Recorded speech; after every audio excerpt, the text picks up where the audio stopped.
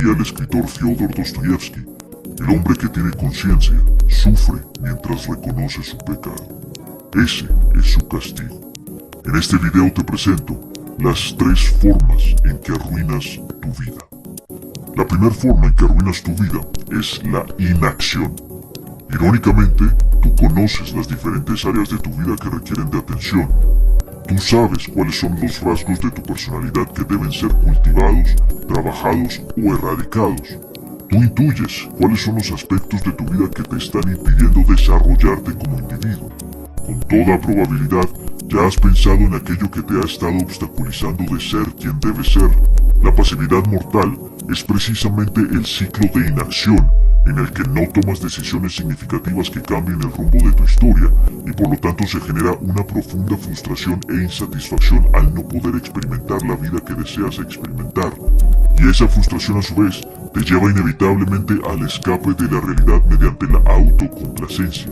Con la esperanza de evitar el sufrimiento y sentirte bien, te sumerges en el insaciable vicio de la gratificación instantánea y te olvidas de tomar las decisiones necesarias para tu desarrollo intelectual, físico y espiritual, y el ciclo de inacción vuelve a empezar. La pasividad se fundamenta en contemplar excesivamente la vida y sus injusticias, en verse sumamente atrapado en los pensamientos y preocupaciones sin hacer algo al respecto, en lamentarnos por no estar donde queremos estar, sin tener la valentía de trazar y ejecutar un plan de acción. El problema empeora cuando 1. Te haces falsas promesas. Te prometes a ti mismo y a los demás que harás esto y aquello, pero nunca se materializa lo prometido. Y 2. Cuando hablas demasiado de lo que eres y lo que harás, sabiendo que lo que haces en realidad no es coherente con las palabras que emanan de tu boca.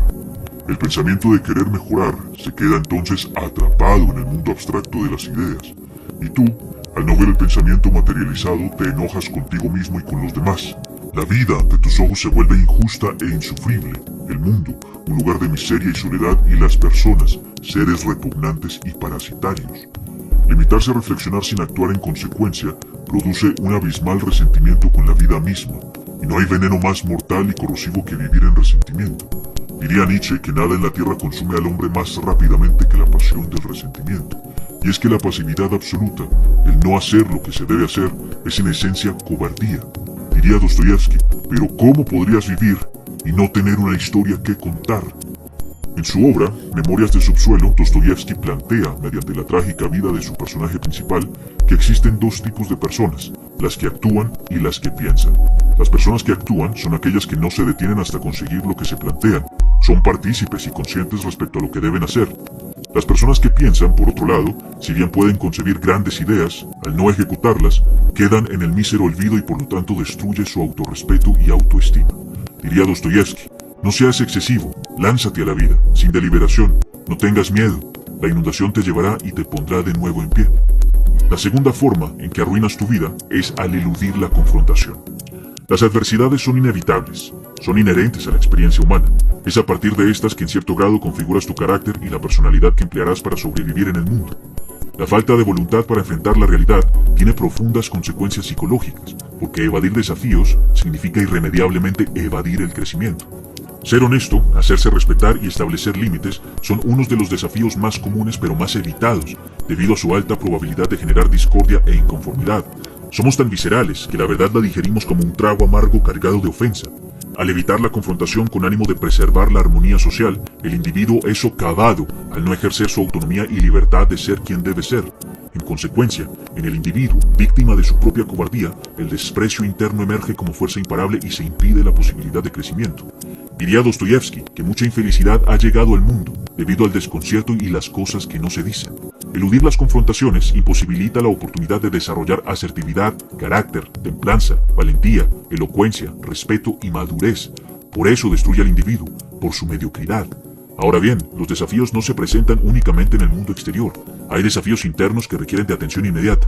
Los vicios, la irresponsabilidad, el autosabotaje, la irascibilidad, la carencia de respeto propio, la falta de identidad, los defectos morales del ser y un sinfín de cuestiones más. Evadir este tipo de confrontaciones es evadir la responsabilidad que tenemos con nosotros mismos. No puede haber amor propio si hay una carencia de voluntad por trabajar y reparar las áreas de la vida que deben de ser atendidas. Amarse a uno mismo es sufrir el proceso mediante el cual enfrentamos nuestra propia oscuridad.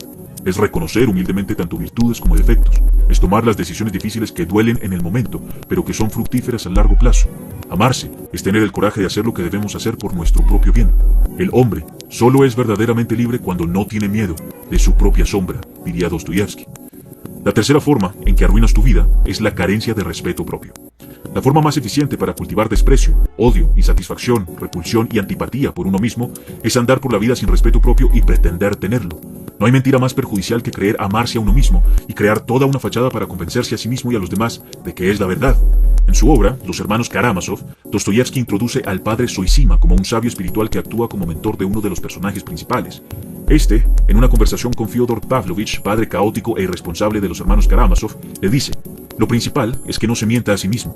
Quien se miente a sí mismo y cree su propia mentira, llega a no distinguir la verdad ni dentro de él ni a su alrededor, por lo que deja de respetarse a sí mismo y de respetar a los demás. Al no respetar a nadie, deja de amar y para estar ocupado y distraerse al carecer de amor propio, se entrega a las pasiones y los goces groseros, y llegan sus vicios hasta la bestialidad, y todo por las constantes mentiras a la gente y a sí mismo. La carencia de respeto propio nos conduce inevitablemente a una serie de decisiones autodestructivas que pasan desapercibidas en un principio, pero que si no son equilibradas pueden ser fatales. Las drogas, el alcohol, los videojuegos, los juegos de azar, la promiscuidad, la pornografía son inofensivos en un principio. Son placeres que estimulan nuestra experiencia humana y le otorgan un momento de tranquilidad.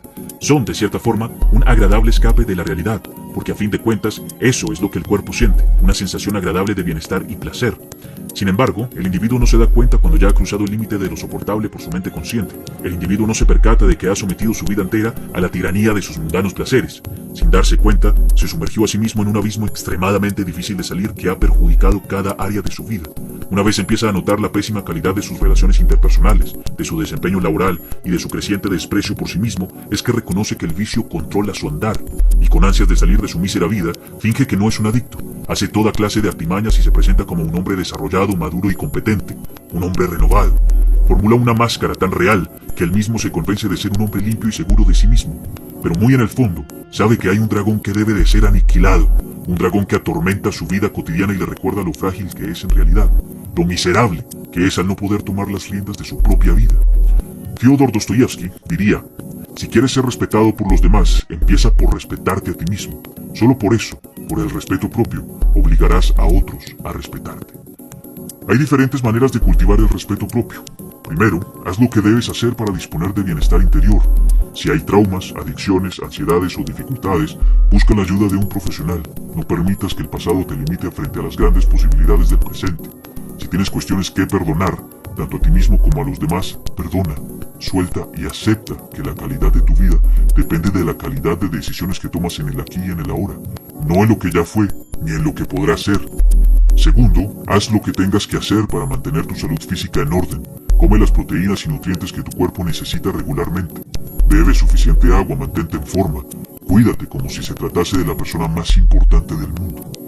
Tercero, actúa conforme a tus principios y valores. No hagas y digas lo que no va de acuerdo a tu código de comportamiento. Mucho menos hagas algo en pro de satisfacer las demandas de otros, afectando tu bienestar interior.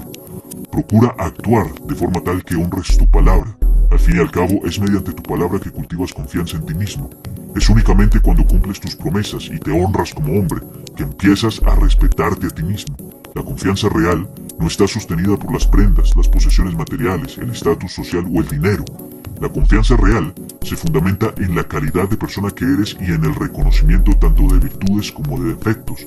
No confíes en ti por disponer de artefactos o prendas costosas. Confía en ti porque eres bondadoso, sereno, paciente, generoso, valiente, justo, inteligente, carismático, amable, respetuoso, cordial y disciplinado. Estas cualidades emergen naturalmente cuando te empiezas a respetar, porque el respeto propio busca armonía entre tú y el universo. Cuarto, reconoce tus errores, modifica tus defectos y perfecciona tus virtudes. Encárgate de mejorar lo bueno y erradicar lo malo que habita en ti. Por eso, mi estimado, te invito a buscar la virtud, a convertirte en un hombre extraordinario, cuyo caminar está enfocado hacia la excelencia. Un hombre valiente que forma su propio camino aún en la tempestad, que no se doblega ante las adversidades de la vida ni ante los vicios de su cuerpo. Un hombre digno de respeto, que inspire, motive y aliente a otros a salir de su miseria.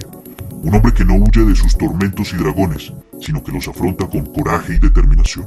Te invito, mi estimado, a buscar el camino, la verdad y la vida.